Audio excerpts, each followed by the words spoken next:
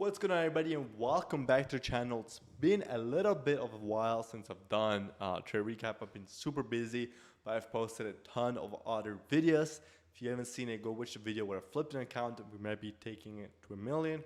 We'll see what happens. Up a few thousand on the account actually today, but we'll go over a trade that I took today, a trade that we took on stream. It was a beautiful setup, zero drawdown, went straight up to a little over 115 points on our last TP. And just like, guys, look at my charts. You can't, any of you guys that want to hate on my chart colors, you just have no taste. My charts, I've had many people DM me, they're like, what the hell, your chart colors are insane. All right, so you guys can hate whatever you want, but my charts are fire. Anyway, let's let this first start off with what happened the next day. So the next day we had, the previous day, sorry, not the next day. Previous day we had this really choppy price action. Who traded yesterday on Monday? Monday no news, super choppy until 2:30. Then we had this big flush to the downside. Big flush to the downside, sideways, and now we recovered everything plus more. So yesterday was a choppy day, so I marked out two things to know for the previous day, which was the high of the previous day, which was kind of like one of my targets, in case we souped over it, and this area that was just bouncing all day. Look at this, price just was forming lower highs like this, but this area just held up, and finally on the latest high it just flushed under. So I had this area marked out for today. Price, oh, I deleted the wrong thing, per usual. I need to get better, guys. I need to get better at understanding how to fucking draw trading view. All right, that's that shit.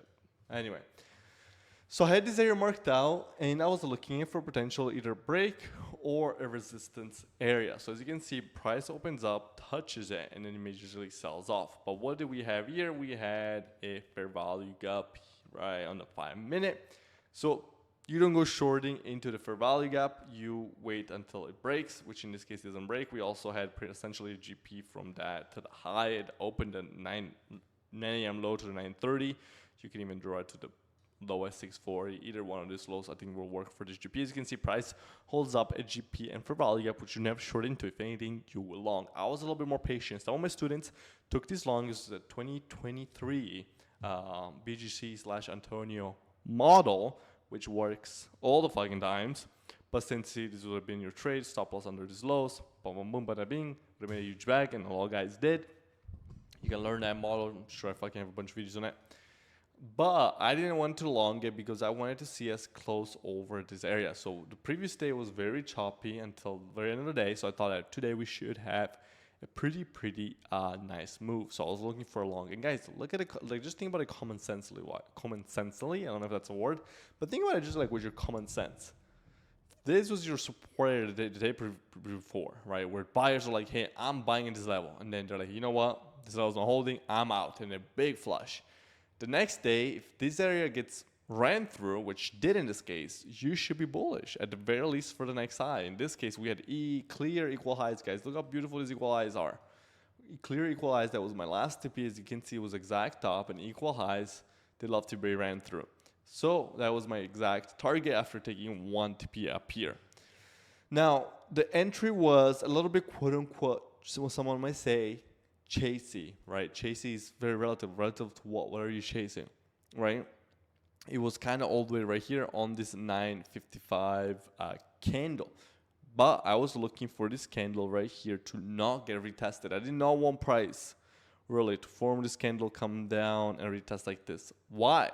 So if it's a true breakout, if all buyers are agreeing, hey, this is the key level, and now all this was bullshit, all this was a manipulation, right? Clear potential AMD, we'll look at a larger time frame for that. Buyers should not give up that level. They should just take off. All the buyers that were there, take off, right? So we went to leave what people call a breakaway fair value gap, right? Leave that zone untested.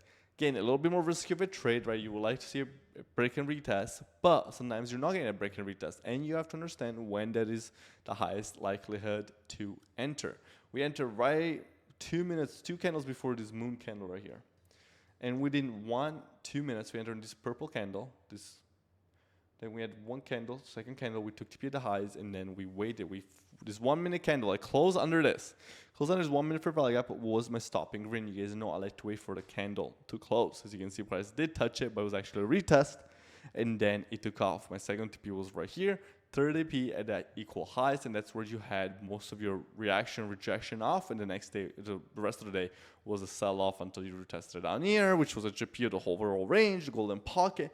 And then you went and kept on going higher, right? So it's all about understanding the context of your trading and just using the previous day. And this is why the previous day is so important, guys. If you're normal marking, previous day is high, previous day is lows. Any key fair value gap / in this case was we call a supply and demand zone, wherever you want to call it, just level of buyers and sellers. Nowadays, level 2, order flow. Nowadays, you got all kinds of fucking names to talk about the same shit. If you're not marking those out, you'll never be good at trading. Never. The previous day is usually the most important day apart from the actual day that you're trading in, right? And then there's key levels on larger time frames like weekly and monthly. Here we also had weekly opening gap where our prices were tested and then kept going higher. But this GP is just disgusting. Like if you're looking back, this is like disgusting entry. Again, it's 9:35, 9:50. Not really the time that I do trade, and I told the chat, unless price close really, honestly, I wasn't even bearish under this. I was like, honestly, because there was these lows right here that could get taken out. I was really not bearish at all today. Maybe here's under this, if price had closed under this, you have a scalp to here, then you stop loss to break even, and then if you get stopped out, whatever, you made a little bit of profit, or maybe keeps going, you take it to the previous day. Really, all the way up until the previous day, I felt quite bullish and to understand the narratives. Now let's look at a little bit of a larger time frame. What do we see here? Right, a little bit of a potential AMD formed. Oh, wrong tool. So right, so what is an AMD? First of all, let's talk about exactly what is an AMD. Accumulation, manipulation, distribution. Then distribution, A goes again. Accumulation, manipulation, distribution, right? So it's like this. So this was a distribution. The last leg was here, right? So then I'm thinking about accumulation. What did we have pre-market, right? We had this accumulation with this potential manipulation right here. And now we're going to distribute to a clear level. What is my clear level? Friday, we have equal highs that were not tapped the day before. So I'm using the context of I'm looking at everything, and that's how I'm coming out with, hey, where price more likely going to be? Actually, I took a long, almost near the exact bottom here. It was right here, 9:30. Took a long on the Hero FX account. I made $8,000 as I set a TP here at equal highs. I didn't want to hold it fully overnight. If I had, I could have made probably like 40, 50 grand, whatever. Not worried about that. I'm happy with the trade. Then, so I took that long initially because that's the way I was leaning towards. And then today, I looked for that to continue to be true. And I looked for my entry, catching a piece of the pie, right? I'm only catching, look guys, I only caught 100, I only caught this. Technically I did catch this here, but I missed on a lot of the move. And the thing about trading is you're not going to catch all the move all the time. You have to understand that you cannot do that. Be happy with what you can catch as long as you're on the right side of the trade, right? You can form a little buy side of the curve, market maker, buy model, what other names is there?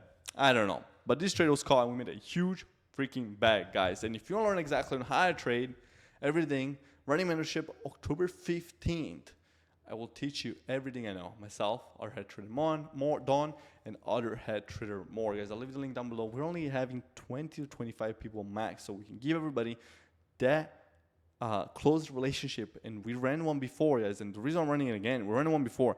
100% of the people passed an account, multiple accounts, or getting a payout from the previous one within 6 weeks. So outstanding results. If you want to become a profitable day trader, I'm gonna make sure you become one. So join the mentorship down below. Hey, if you're like, hey Anthony, I never watched your videos, it's the first video I've ever seen, but I am curious about what you're about. Code down below, the number 39 for new members, $39 in your first month to rely with me and catch trades like this live every single day. Per usual. Peace out, boys.